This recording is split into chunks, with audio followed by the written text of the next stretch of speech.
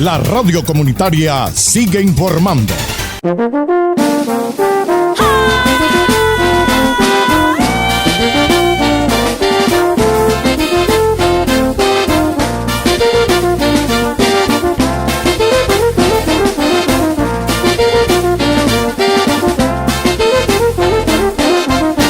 Ramos Benítez, suena el bombardino. Hazlo y hazlo sonar. Muy bien, y continuamos nosotros en el departamento de Cundinamarca generando la información en la radio comunitaria del interior del país, donde pues es la casa de los artistas. Es una radio cultural también que promueve el arte en nuestro departamento y en el territorio nacional. Pues vamos a rendir en nuestro espacio de hoy un homenaje a esos maestros que durante muchos años han hecho un gran aporte a la música colombiana, han hecho grande la música de nuestro país. Y es que les comento que nuestro invitado del día de hoy viene de una gran familia de músicos. Su padre fue trompetista y director de la banda, fue su primer instructor y quien desde los 6 años lo incursionó en todo el tema de la música. Es intérprete del bombardino y del trombón.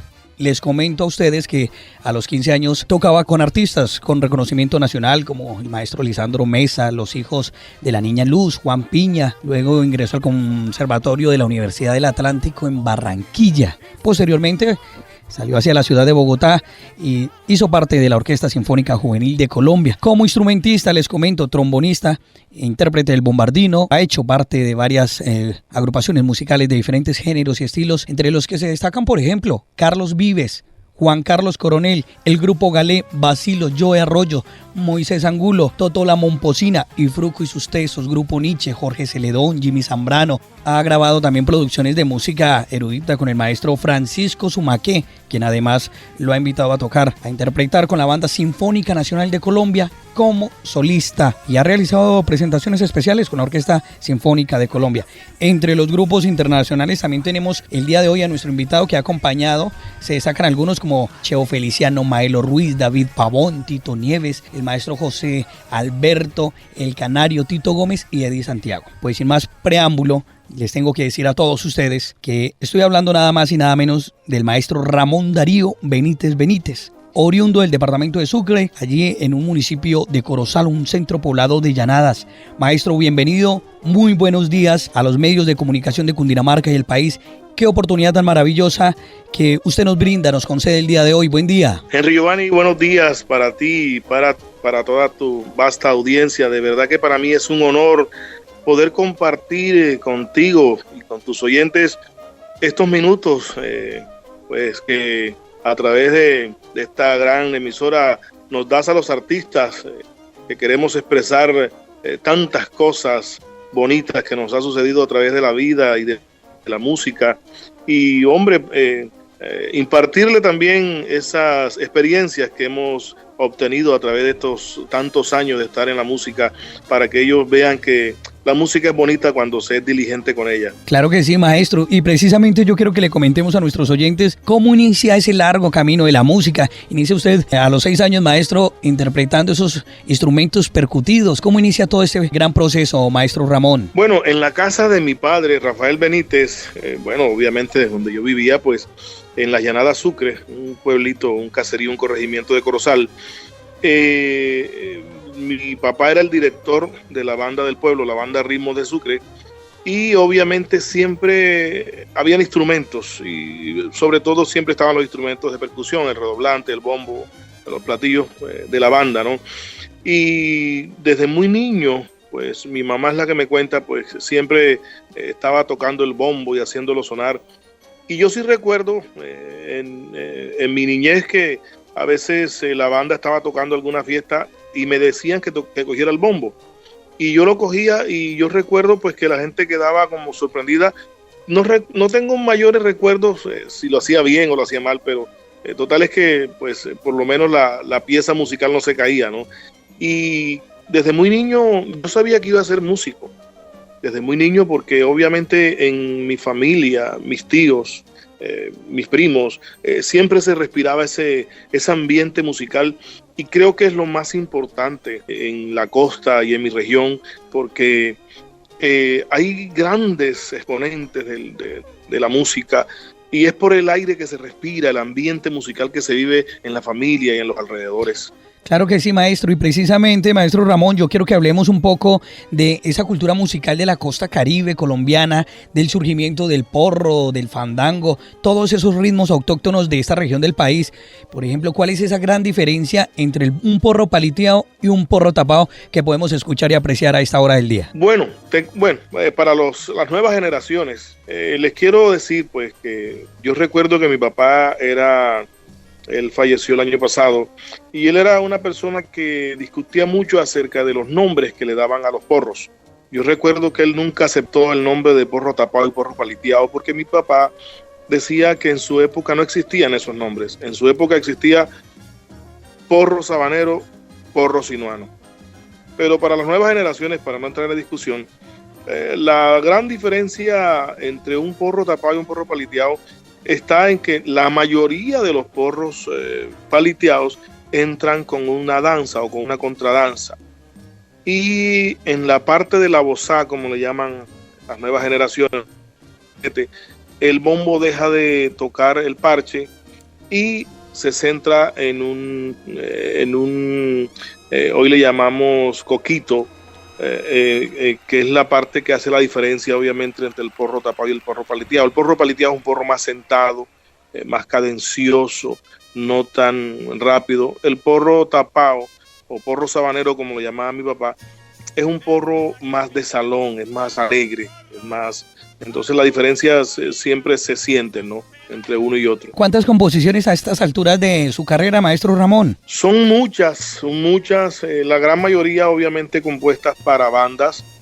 También he hecho alguna que otra composición. Juan Piña me grabó alguna composición hace bastante tiempo y muchas composiciones que he hecho para bandas, y la gran mayoría han sido más que todo arreglos musicales en los cuales he participado como coproductor o productor de algunos artistas, ¿no? Muy bien, maestro Ramón Darío Benítez. Y estamos a esa hora de la mañana compartiendo este espacio cultural en el departamento de Cundinamarca y el país. ¿Cuál es como la esencia para interpretar ese sentido, darle ese sentido a la música en los diferentes géneros? Es que no solamente podemos hablar de bandas, usted también ha hecho parte de esas agrupaciones de música tropical, de música salsa, de jazz. ¿Cuál es esa esencia, maestro, que debe tener el músico, el artista, para darle ese sentido a la música en sus diferentes géneros? Yo me siento a veces como el médico general. Tú sabes que el médico general no se especializa, digamos, en X área, pero obviamente tiene un conocimiento un poco de todo. En mi caso, yo me he centrado a escuchar y aprender el lenguaje, porque obviamente la música como tal es un idioma, y dentro de ese idioma se manejan ciertos tipos de lenguaje. Yo no puedo pretender tocar un porro interpretándolo con el lenguaje de la salsa, por así decirlo. Entonces, me gusta escuchar mucho. De hecho, cuando me fui a tocar con Grupo Galé, que fue el primer grupo de salsa que me llamó en el año 96, por allá, yo recuerdo que escuchaba mucho salsa. Yo, obviamente, sobre todo al Grupo Galé, y me fui como que interiorizando ese lenguaje musical tan bonito que tiene la salsa para saberse interpretar. Y así como la salsa, obviamente cada género, cada estilo tiene su lenguaje. Entonces, como conocer un poco el lenguaje de cada género que se quiere manejar. Entonces, si me pregunta, ¿eres salsero? Te diría tal vez que no. ¿Eres jazzista? Te diría tal vez que no. Pero yo te diría, soy músico y trato de interpretar bien cualquier género para el que me llamen, obviamente si lo he estudiado con juicio. Entonces creo que la diligencia sobre todo es la que hace pues que uno se mantenga en esta música vigente, porque te quiero comentar que estoy sorprendido con las nuevas generaciones de músicos que están saliendo, sobre todo en Colombia. En mi caso, como trombonistas, como bombardinos, es sorprendente el nivel que están alcanzando, porque digamos, yo me siento responsable de hacer que estas generaciones que me están siguiendo sean mejores que yo. Y creo que se está logrando, porque hay alumnos que yo digo, wow, ustedes realmente ya me superaron. Entonces eso a mí me llena de orgullo y de honor saber que la generación que me está siguiendo, por así decirlo, yo siento que me va a superar. Maestro, ¿por qué cree que se ha venido dando esta evolución en el tema de la música aquí en el país? Es claro, obviamente las redes ayudan mucho a esto. En mi caso, por ejemplo, yo, porque te quiero comentar, quizás me vas a hacer una pregunta y me voy a adelantar un poco a la pregunta que quizás me vas a hacer. Porque normalmente yo soy conocido como improvisador. Obviamente en la música colombiana, por así decirlo, especialista.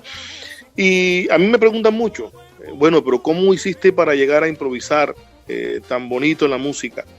Y créeme que no es difícil, es escuchar a grandes improvisadores, es escuchar y escuchar y escuchar y meterse en ese idioma, en ese lenguaje de la improvisación.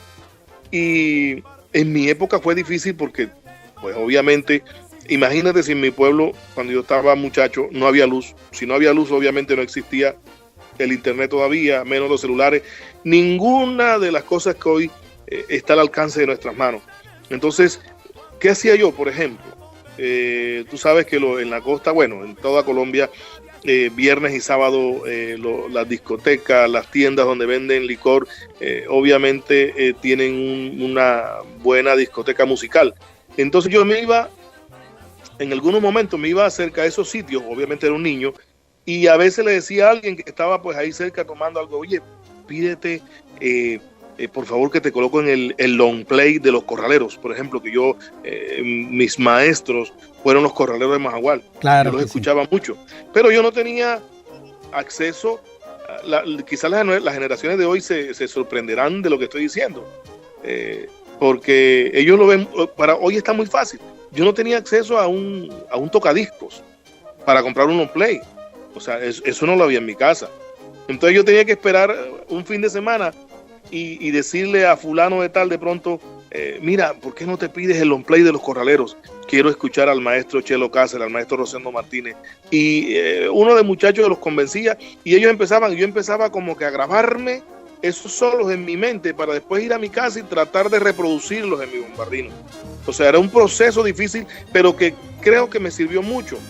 Inclusive, pues obviamente si tenía un ralo, llevaba, mi papá tenía una finca, yo me iba para la finca y estaba escuchando y tratando de memorizar esos solos.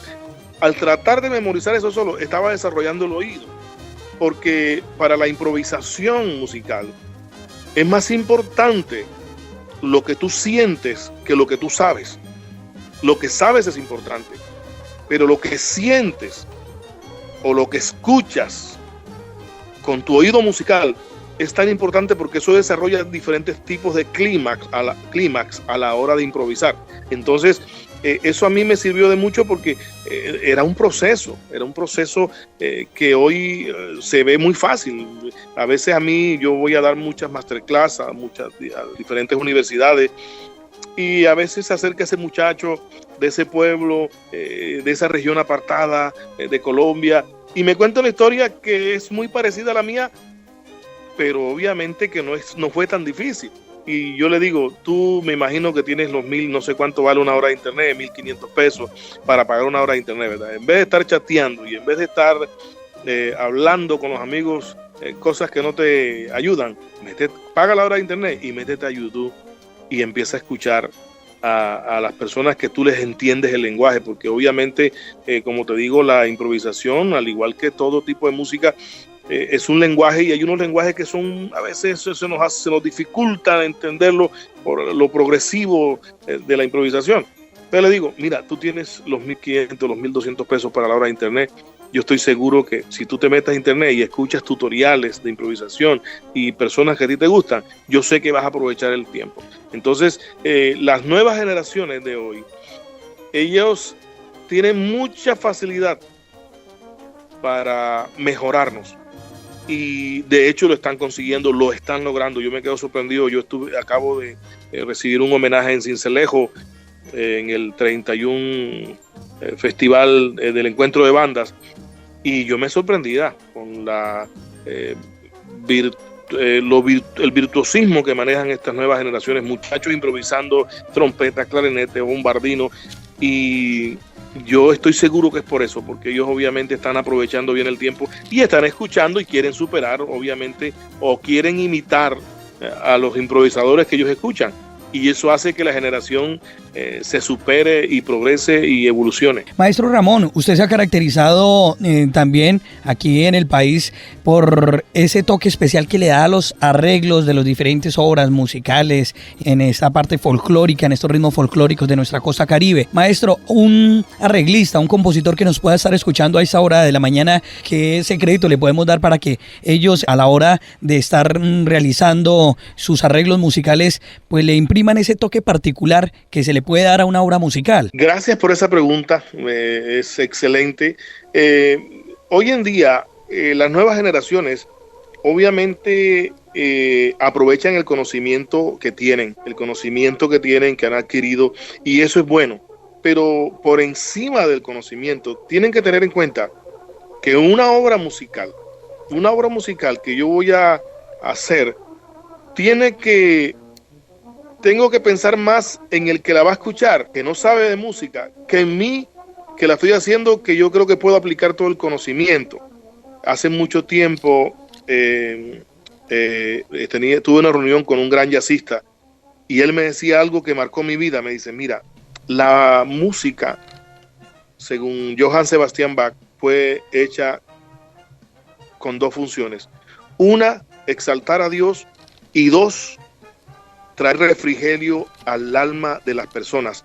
Y eso marcó mi vida, porque yo, por ejemplo, ahora vivo en Miami y obviamente las herramientas han cambiado, pero cuando vivía en Bogotá, viví 25 años en Bogotá, yo hacía mis arreglos con parlantes, o sea, parlantes grandes, y se estaban escuchando siempre, y tenía familia y amistades que me visitaban, y inconscientemente yo notaba la actitud de las personas que subían o pasaban por mi sala de estudio. Si yo veía que se movían o veía que inconscientemente me hacía algo, yo decía, estoy cumpliendo la función.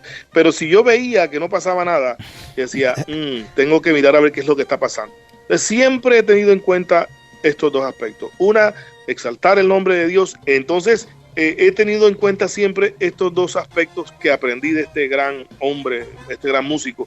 Y eso me ha ayudado mucho, inclusive para las presentaciones. Cuando yo estoy en una tarima, mi función como tal es hacer que la gente disfrute, es hacer que la gente goce, más allá de yo demostrar qué tanto conocimiento puedo tener o qué tanto virtuosismo puedo demostrar.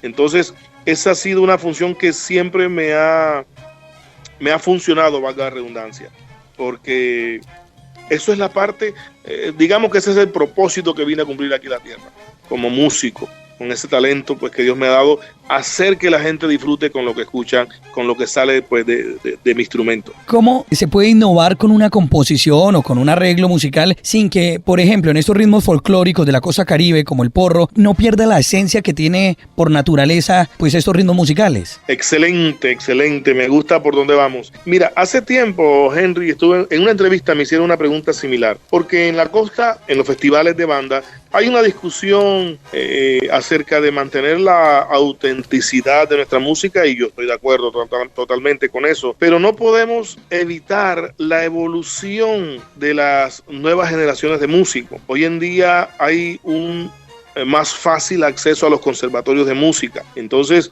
en mi época era muy difícil encontrar un músico graduado en una universidad, estando yo niño. Hoy en día, por toda Colombia, en la costa, que ha sido más difícil el acceso a un conservatorio, a una universidad, más sin embargo, en las bandas tradicionales de la costa existen muchos jóvenes graduados con conocimiento y que ellos sienten que deben aplicar este conocimiento a nuestra música de banda. Entonces, hay que tener mucho cuidado, porque no podemos amarrarlos, ¿verdad? Amarrarlos a decirle que no pueden hacer los arreglos como de pronto ellos lo sienten, pero creo que eso va a ser prácticamente imposible. Lo que debemos enseñarles son las raíces de nuestro folclore para que ellos las conserven. Yo coloco de ejemplo a Juan Luis Guerra. Juan Luis Guerra es un hombre con todo el conocimiento musical para hacer los arreglos como a él se le antoje, pero él, como dominicano, conocedor del merengue y sus raíces, mire cómo ha llevado, ¿verdad?, el merengue hasta un sitial bien alto, conservando las raíces, pero imprimiéndole ese toque de conocimiento pues que él adquirió a través de sus estudios. Pues muy bien, indiscutiblemente, maestro, quienes seguimos sus contenidos en redes sociales, quienes escuchamos su música, somos testigos de ese virtuosismo que, bueno, mi Dios le ha concedido también para improvisar, para interpretar sobre una obra musical. Yo lo invito a usted para que vayamos a una pausa musical y a los oyentes para que escuchemos un poco de toda esta música de nuestro folclore colombiano. El estilo magistral con que toca Ramón Benítez.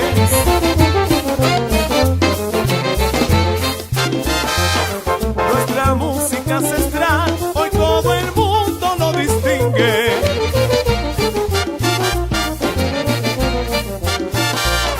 Saben que no tiene igual y no hay quien no lo certifique.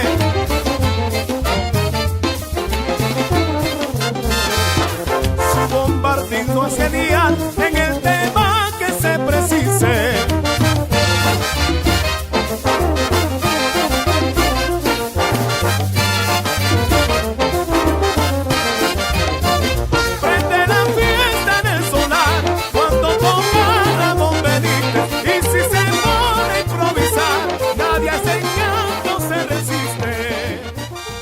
El programa diferente para saber lo que está pasando en Cundinamarca, nuestro municipio y la región.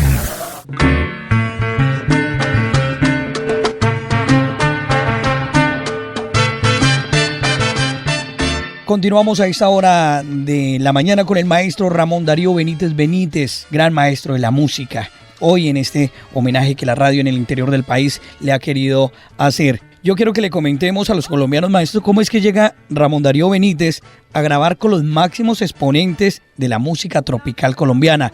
Podemos hablar del Joe Arroyo, Diomedes Díaz, Carlos Vives, Silvestre Dangond, Gloria Estefan, el grupo Nietzsche, maestro. ¿Cómo llega usted allá? Bueno, te cuento que es un recorrido largo, pero lleno de muchas emociones y de mucha felicidad. Yo te comento, me inicié obviamente en la banda de mi padre, la banda Ritmo de Sucre. Y en esa época, yo recuerdo que los fandangos, que son, además del ritmo, pues son bailes muy tradicionales en nuestra costa. La gente que iba a esos fandangos no era gente, pues, como que de tan buena reputación en mi niñez. Hoy en día, gracias a Dios, ha cambiado todo eso, pero en mi época. Y yo recuerdo que yo me trasladaba de ese escenario. En esa época yo recuerdo que el artista de moda era Juan Piña y yo me trasladaba en mi mente del fandango a un escenario que nunca había visto, que no conocía, tocando al lado de Juan Piña. Y tocaba un instrumento que no era comercial. El bombardino le llamaban un instrumento de museo, porque el instrumento, ese bombardino, los corraleros lo hicieron muy famoso, ¿verdad? Y el maestro Rosendo Martínez grabó con varios, con el maestro Alejo Durán, con otros artistas de acordeón que le llamaban en ese entonces, pero después de un tiempo se opacó y ya le llamaban. Y yo recuerdo que alguna vez me dijeron, tú estás tocando un instrumento de museo, y no entendí lo que me dijeron. Digo, que ese instrumento no es comercial, no están, las orquestas no lo utilizan. En mi época era difícil, más sin embargo, yo soñaba, y yo a veces me decía a mí mismo, yo como que estoy loco, porque yo no sufría con lo que estaba alrededor. Yo estaba soñando y mi sueño era tan real que me transportaba de ese escenario de un fandango a un escenario X cualquiera con la orquesta de Juan Piña. Y yo recuerdo que soñaba y oh sorpresa, en algún momento Lisandro Mesa, mi tío Tomás Benítez tocaba con Lisandro Mesa y mi tío pues le hablaba de mí, y en algún momento Lisandro llega allá a Las Llanadas, siempre de vez en cuando visitaba a mi tío. Y yo recuerdo que en las tardes, después del colegio, nos íbamos a jugar fútbol a una cancha con mis primos y ciertos amigos. Y cuando yo llego a la casa de mi tío a buscar a mis primos, yo recuerdo que mi tío le dice, mira, este es el muchacho del cual te hablo. Y Lisandro, como buen costeño, dice, bueno, pues muestra para ver qué es lo que tienes. Yo me asusté, era un niño, me asusté y claro. no me atreví, no quise. Entonces, al siguiente día tenía un ensayo en Los Palmitos, la tierra donde vivía Lisandro, y mi tío le dijo, si quieres yo te lo llevo mañana al ensayo. te lo llevo al ensayo y para que lo escuches. Y ellos acordaron eso y hablaron con mis padres y efectivamente al día siguiente fuimos a un ensayo y yo simplemente iba a ir al ensayo. En ese entonces te recuerdo que no había celular. Creo que en mi pueblo ya había un teléfono, ¿cómo era que le llamaban? Un teléfono para toda la comunidad, un teléfono comunitario, algo así. Y yo recuerdo que del ensayo, Lisandro Mesa el siguiente día se iba para Barranca. Yo aparecí en mi casa como a los 15 días. Recuerdo que me regañaron porque yo estudiaba, estaba terminando el bachillerato, porque llamar a la al telefonista, mira, le dice a mi mamá que yo estoy por acá y a lo mejor no creyeron, no dieron la noticia y cuando llegué fue un regaño grandísimo. Y así, de esa manera empezó mi vida. Empecé a incursionar, pues obviamente con estos artistas y para mí, pues el padre musical, por así decirlo, es Lisandro Mesa porque él fue el que me sacó. Después de Lisandro Mesa, estando con Lisandro, Juan Piña me llamó, que fue una sorpresa. Estábamos en Nueva York, recuerdo yo. Estábamos de gira con Lisandro Mesa en Nueva York y Enrique Chapman, un empresario de músico barranquillero, me llamó, recibí la llamada en el hotel y yo qué sorpresa, qué cosa, me dio miedo y me dio de todo, porque localizarme en un hotel a un desconocido como yo, mira, es que Juan Piña quiere que grabes en el nuevo disco y queremos saber cuándo llegas a Colombia. Y obviamente hablamos y sí, efectivamente, fue en su casa. Para mí todo era la realización de mi sueño, que me atendió como nadie jamás y compartir con su familia. Y a partir de ahí se inicia una amistad con Juan Piña de compadrazgo y de mucha hermandad con la familia Piña, obviamente, con Carlos Piña y todos ellos. Y la cristalización de mis sueños, la realización de mis sueños. Y después, obviamente, yo salgo, me fui a vivir a Barranquilla porque Juan Piña viajaba mucho y me dijo, necesito que vivas en una ciudad que tenga aeropuerto.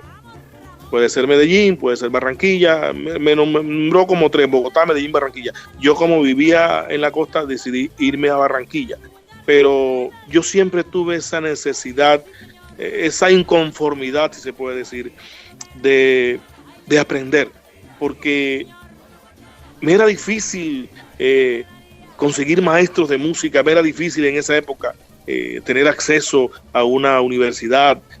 Siempre se me fue esquivo y yo llegué a Barranquilla obviamente y estudié un tiempo en la Universidad del Atlántico, Bellas Artes. Después me voy para Bogotá y yo recuerdo que días antes de irme para Bogotá, Yo Arroyo estaba pegadísimo y me llamaron y me ofrecieron un dinero, pero era tanta mi inconformidad o mi ambición por conocer más de la música, por saber más, que dije no, yo prefiero irme para Bogotá.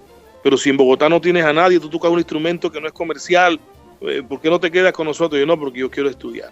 Y así aguante hambre, yo quiero estudiar. Y yo recuerdo que llegué a Bogotá y el maestro Luis Núñez de la Orquesta Los Caribes me llamó para ser parte y yo era de maestros y recuerdo que trabajaba con la Orquesta Los Caribes el maestro Antonio El Pollo Burbano, un caleño que era un hombre muy famoso por ser un gran maestro y obviamente un gran músico. Y yo dije inmediatamente que sí, pero por el maestro. Y se lo dije al maestro cuando entré. Maestro, yo no vine tanto aquí por obviamente solventar la situación económica, sino por estudiar con usted. Y empecé a estudiar con estos hombres y empecé a aprender muchas cosas, al tiempo que también estudiaba con el maestro Terry Scott, un trombonista de la Sinfónica en ese entonces, que daba clase en la universidad, en la Sinfónica Juvenil de Colombia. Muy bien, maestro. Queda uno paralizado con esta historia de cómo llegó usted a incursionar en estos nuevos géneros y todos estos maestros también que han hecho historia y han tenido una gran trayectoria, una leyenda musical. Maestro Ramón Benítez, cuando se ha pasado por tanto escenario, cuando se ha hecho parte, se ha tenido la oportunidad de ser parte de estos proyectos musicales tan maravillosos, indudablemente que se tiene una responsabilidad con su público. Usted lo decía hace unos minutos. Casi que los artistas se deben a ese público.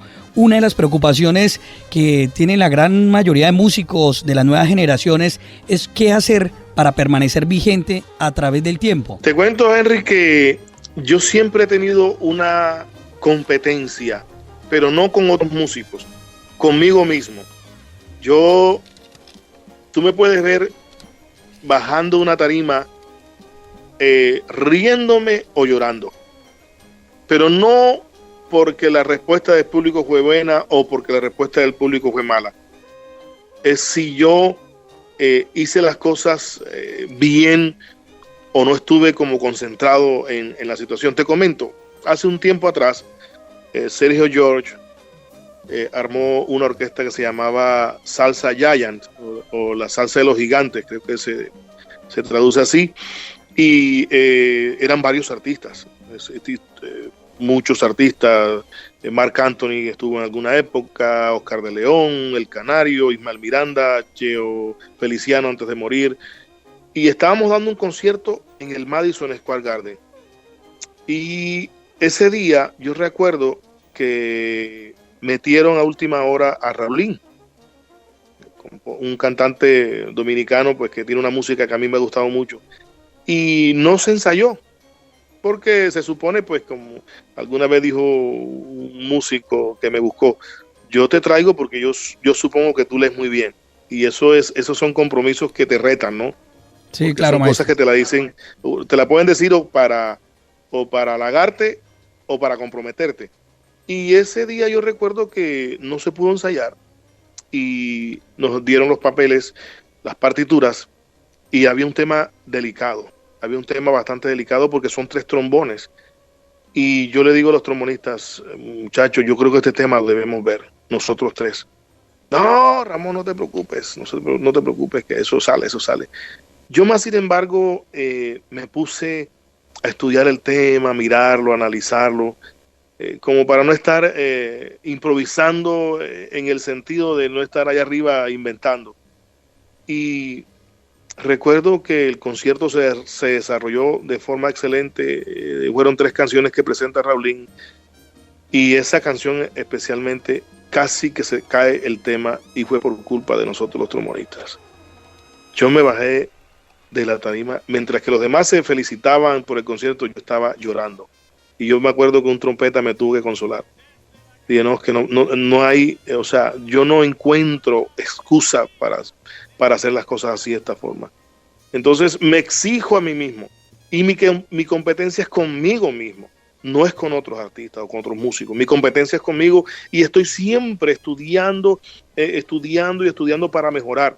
O sea, hoy tengo que ser mejor que ayer. Y pues yo yo no soy un muchacho, ya yo completé 50 años, y yo le decía en estos días a mis hijos, hace un tiempito atrás yo era el niño de las orquestas, ahora soy el viejo de las orquestas. Me sorprende en tan poco tiempo. O sea, pero más sin embargo, me mantengo vigente porque son varios los ingredientes, Henry. No solamente es la parte musical, porque es importante.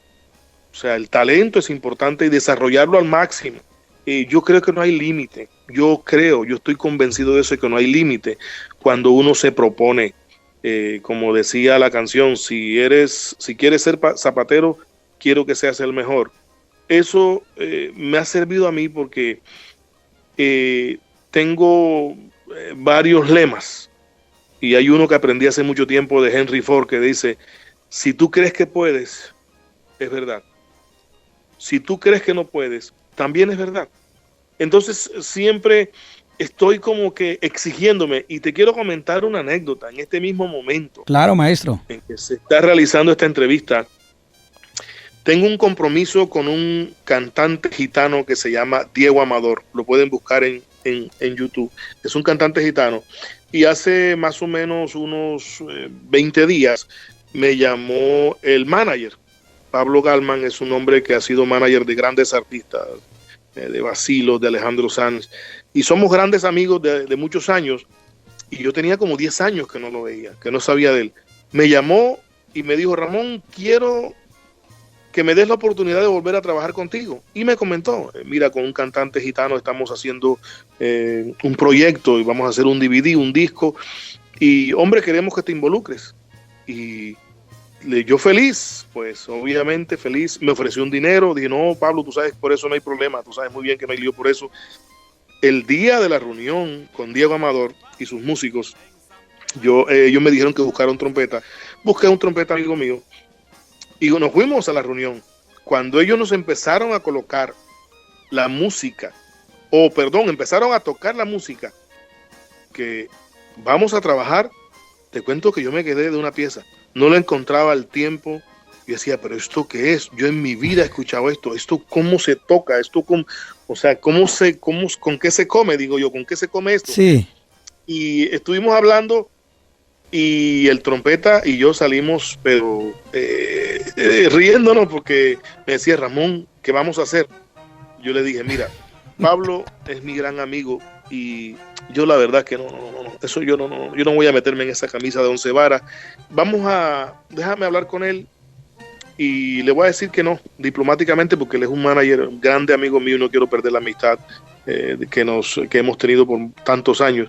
Déjame hablar con él. Total es que Pablo en algún momento me llama y me dice, Ramón, ¿puedo hacer un triline contigo y Dante, el trompeta? Yo, claro. Entonces nos comunicamos los tres en una conferencia por el teléfono.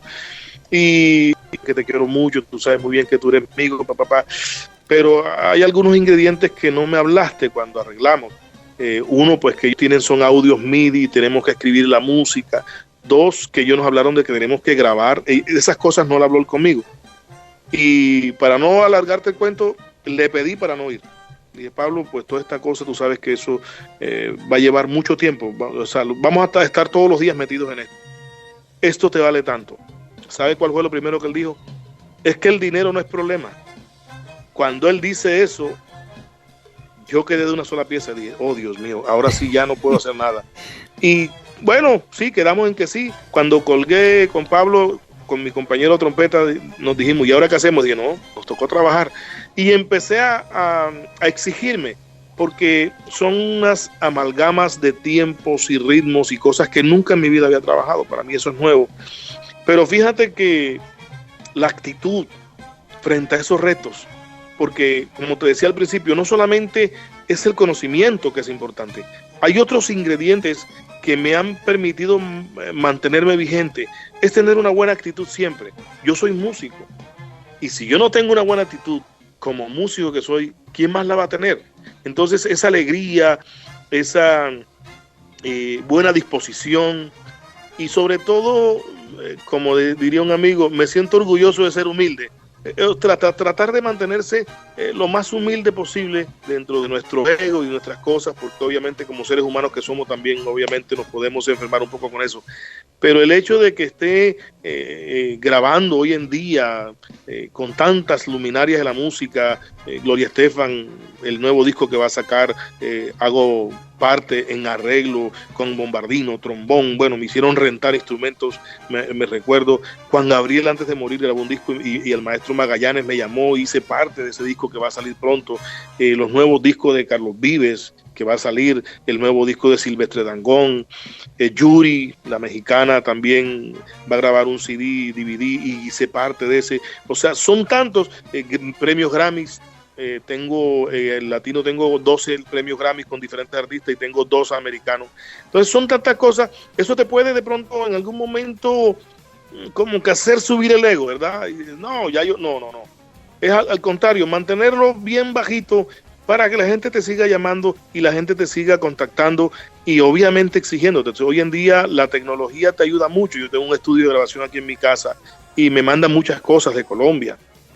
Grupos de la costa, grupos de salsa, de Canadá, de la China. Hace poco me mandaron, me escribió alguien de allá y que si podía grabarle unos temas. Entonces, todas estas cosas, resumiendo, puedo decir, hombre, ¿qué me ha funcionado en la vida?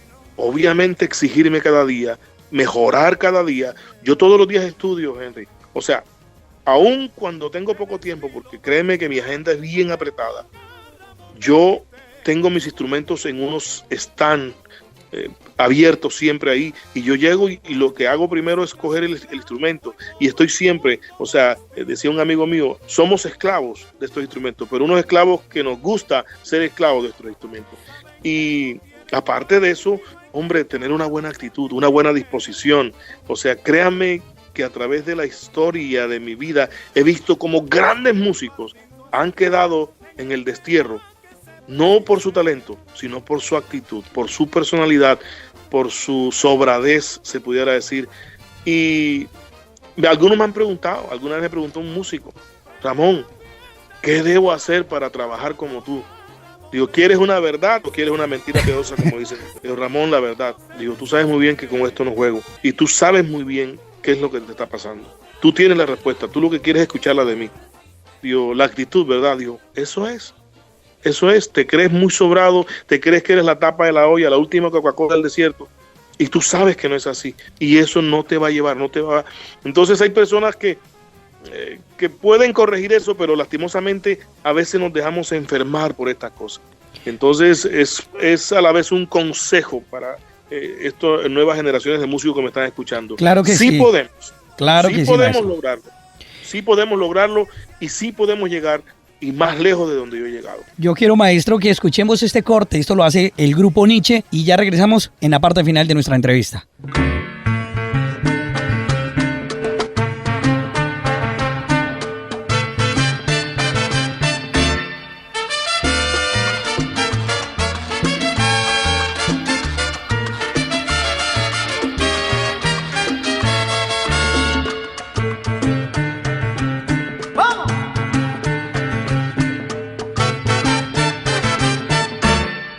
Una vieja me dio un coco, señores, me dijo que lo pelara. Una vieja me dio un coco, señores, me dijo que lo pelara. Después que se lo pelé, me dijo que lo tapiara. Después que se lo tapié, que la leche le sacara. Después que se la saqué, ay, que se lo cocinara. Después que lo cociné, me dijo que lo comiera. Después que me lo comí, señores, después que me lo comí, después que me lo comí, señores, después que me lo comí, se le metió el diablo a esa mujer, que quería su coco como estaba. Se le metió el diablo a esa mujer, que quería su coco como estaba. Se le metió, se le metió, se le metió, que quería su coco como estaba. Se le metió el diablo a esa mujer, que quería su coco como estaba.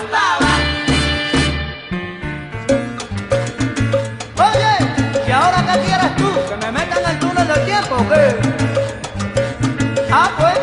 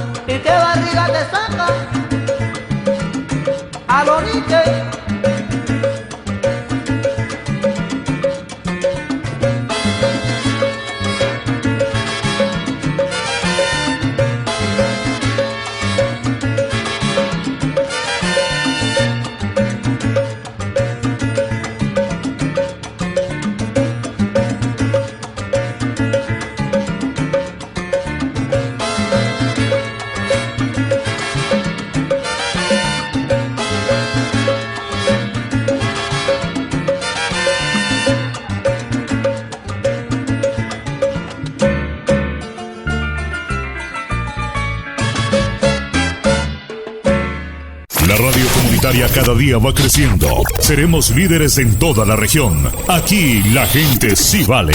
Elija la radio comunitaria. Elija la radio comunitaria.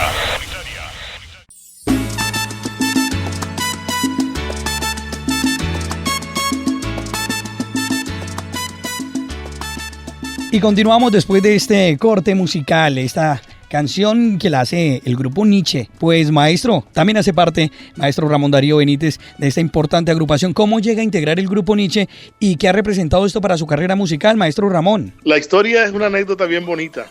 A mí me da risa siempre que escucho, que recuerdo ese momento, porque el grupo Nietzsche es un grupo bandera de la salsa colombiana a nivel mundial, y obviamente es un grupo donde la gran mayoría de nosotros los músicos colombianos queremos estar. Y yo recuerdo ese día que me llama Maestro Jairo, estaba por iniciar la grabación de Juancho Torres y su Big Band. Juancho Torres ese año hizo 60 temas de 4 trombones más improvisaciones de Bombardino. Saca la cuenta de cuántos trombones iba a hacer. Más de 300 canales. Y yo estaba por empezar a grabar el primer tema de esos 60 temas, y yo siempre apago el celular. Cuando yo le digo al ingeniero, Jaime, espérate que voy a apagar el celular, me entra una llamada. Y pues la llamada, hola Ramón, ¿cómo estás? El maestro Jairo tenía una voz así gruesa, ¿no? Autoritaria. Hola Ramón, ¿cómo estás? Te habla Jairo. Perdón, Jairo, ¿qué? Jairo Varela. Ramón, yo te estoy llamando para que trabajes conmigo. Y yo así dije, oye, dejen de estar mamando gallo, por favor. Colgué.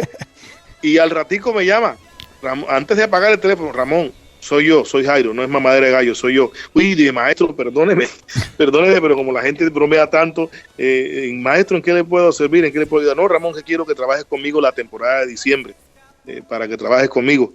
Dije, maestro, para mí es un honor y un placer, por favor, podemos hablar mañana, yo estoy empezando una grabación, pero cuente conmigo. Y efectivo, el ingeniero le conté, mira, me acaba de llamar el maestro Jairo Varela, y empezamos a grabar, y al día siguiente yo le había dicho que a las 9, no, a las 8 me estaba llamando. Entonces, Ramón, ¿qué? Y yo, no, maestro, cuente con eso, eso es un hecho, para mí es un honor que usted me tenga. Y yo recuerdo que me llamó fue para trabajar la temporada de diciembre en Colombia, porque el Grupo Nietzsche, para esa época, 2005, la sede prácticamente era Estados Unidos, era Miami. Y después que terminamos la temporada de diciembre, que hubo hasta carnavales de blancos y negros en Pasto, y creo que hasta Manizales, yo recuerdo que ya, pues, se supone que ya no iba, pues, no hablamos más. Para febrero me llamó, Ramón, quiero que trabajes conmigo ya indefinidamente con Grupo Nietzsche. Y a partir del 2005, pues me convertí en un hijo más de este ilustre grupo, y que ya se ha vuelto una familia. Son 10 años, más de 10 años trabajando con Grupo Nietzsche y compartiendo escenario con grandes músicos y conociendo el mundo y llevando la bandera colombiana muy en alto, y que para mí es un honor muy grande hacer parte de esta gran institución. Claro que sí, maestro. ¿Cómo se logra el éxito en la industria musical cuando los avances tecnológicos han abierto la posibilidad de crear nuevas fusiones con nuevos sonidos y todo este tema? Bueno, hoy en día las cosas han cambiado. Las nuevas generaciones no saben, pues, lo que pasaba anteriormente, pero anteriormente habían grandes empresas, ¿verdad?, musicales que firmaban un artista, y este artista pues tenía el aval de esta gran empresa, y obviamente toda la maquinaria que se requiere para pegar un gran artista. Hoy en día están desapareciendo, pero que creo que de cierta forma nos está ayudando a nosotros los músicos, que tenemos nuestros sueños también con hacer un proyecto musical. ¿Por qué? Porque en ese entonces, si no tenías el respaldo de una maquinaria, con una empresa disquera, prácticamente era imposible, porque se necesitaba mucho dinero para sacar un disco al aire. Hoy en día es fácil, y casi que puedo decir que no se necesita dinero, porque vas a hacer un disco, tú eres músico, debes tener amigos músicos, llamas a un bajista, mira, necesito que me colabores para que me hagas un bajo aquí, y por lo general la gran mayoría de los músicos tenemos un estudio, así sea casero, en la casa. Hoy en día las cosas se han abaratado tanto, pues, que cualquiera puede contar con un computador, un mini estudio, cualquiera que sea, y no es caro. Entonces esto ha ayudado mucho ¿verdad?, a que nuevos proyectos salgan, nuevas ideas, y ha evolucionado la industria de la música porque hay nuevas plataformas, ¿verdad?, para mostrar un disco.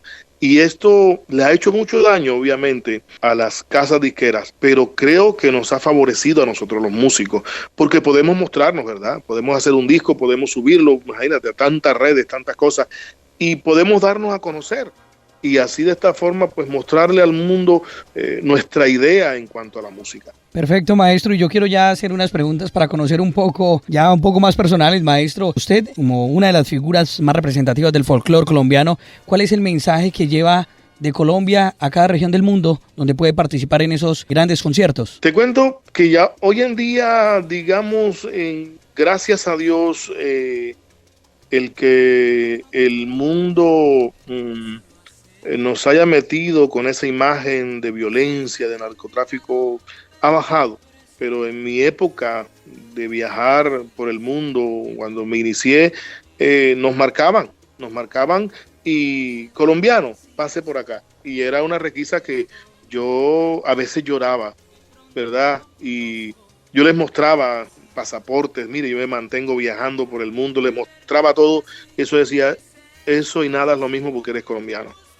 Hoy en día, gracias a Dios, no pasa con frecuencia esto, pero siempre le he mostrado al mundo que aquí en nuestra querida Colombia, más allá de la violencia, más allá del terrorismo, más allá del narcotráfico, tenemos buena música, una riqueza musical que no existe en otro país del mundo. Maestro, ¿qué tipo de música escucha usted?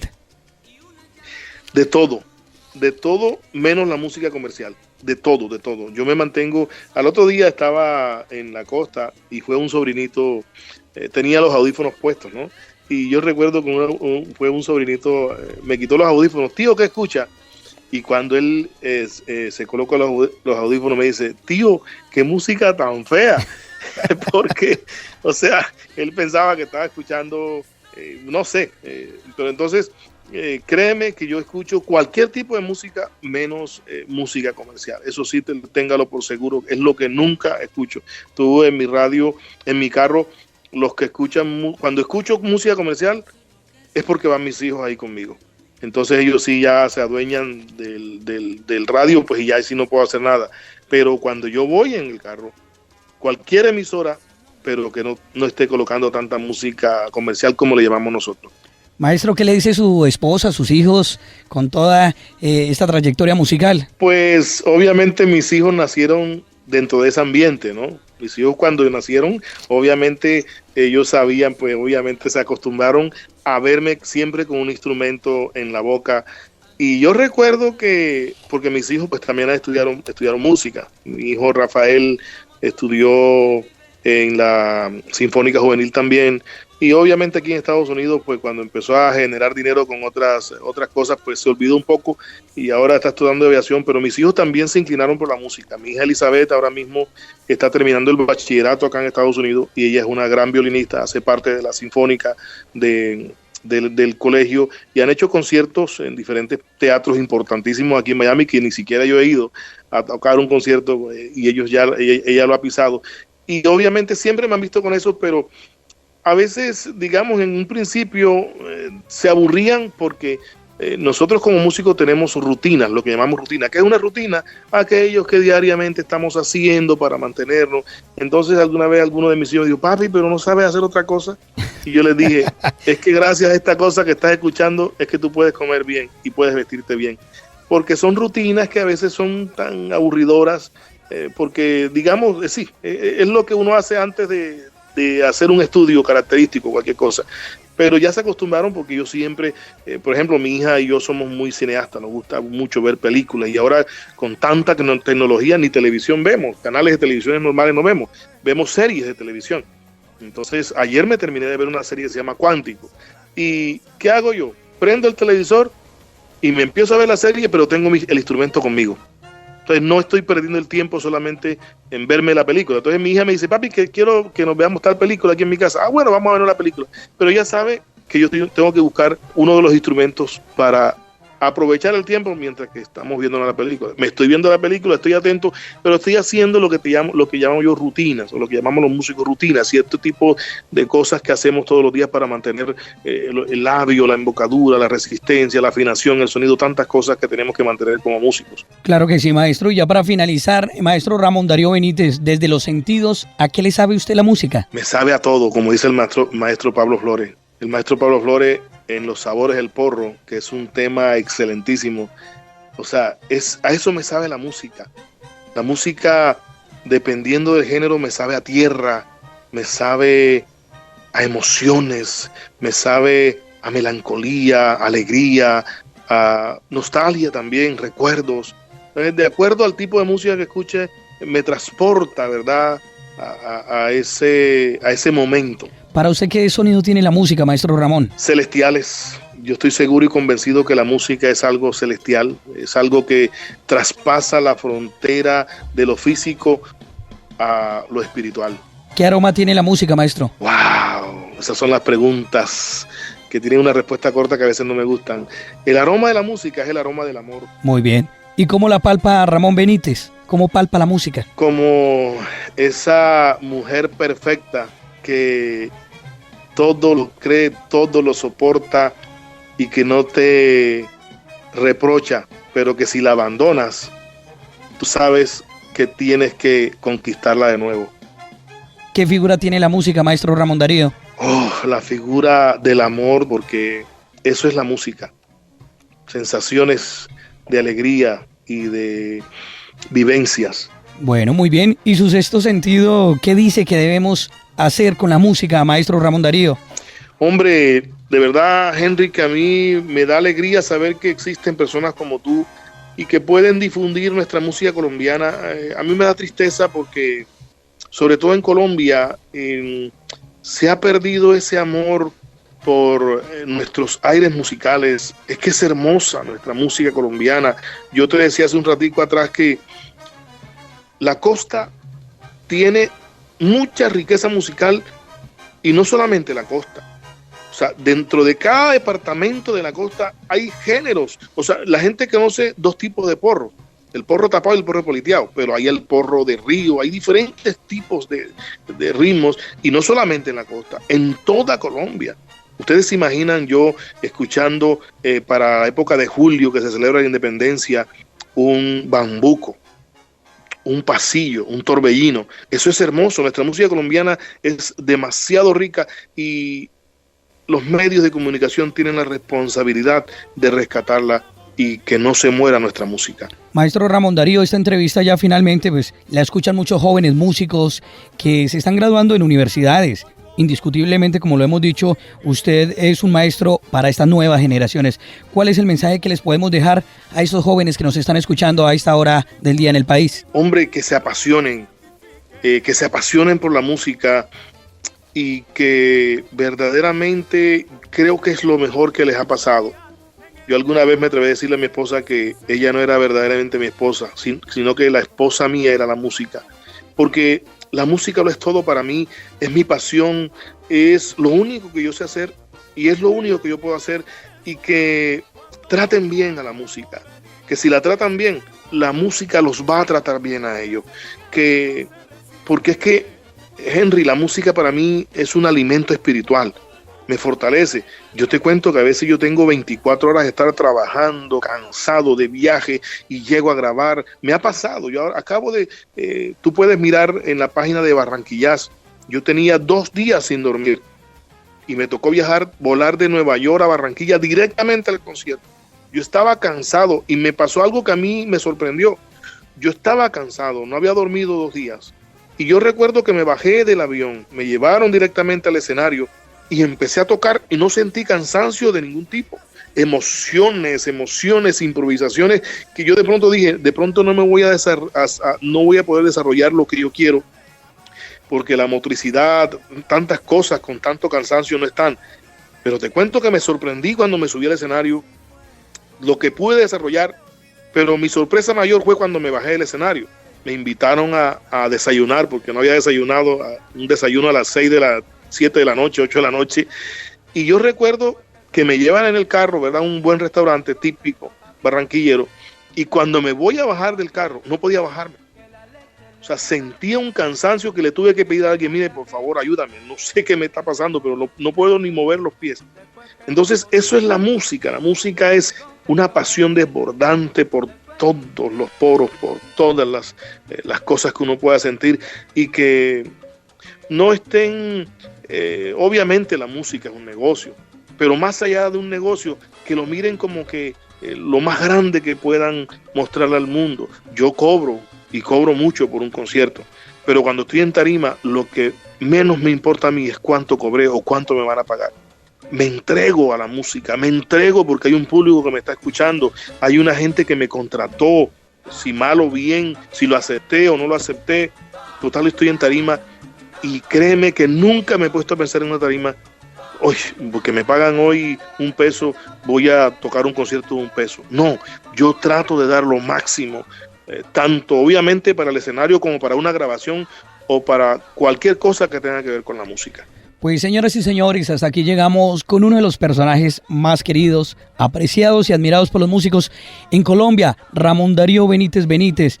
Un buen día para usted, maestro, y gratitud eterna por brindarnos la posibilidad de conocer un poco de esa gran trayectoria musical, de ese gran aporte que usted le está dejando a estas nuevas generaciones.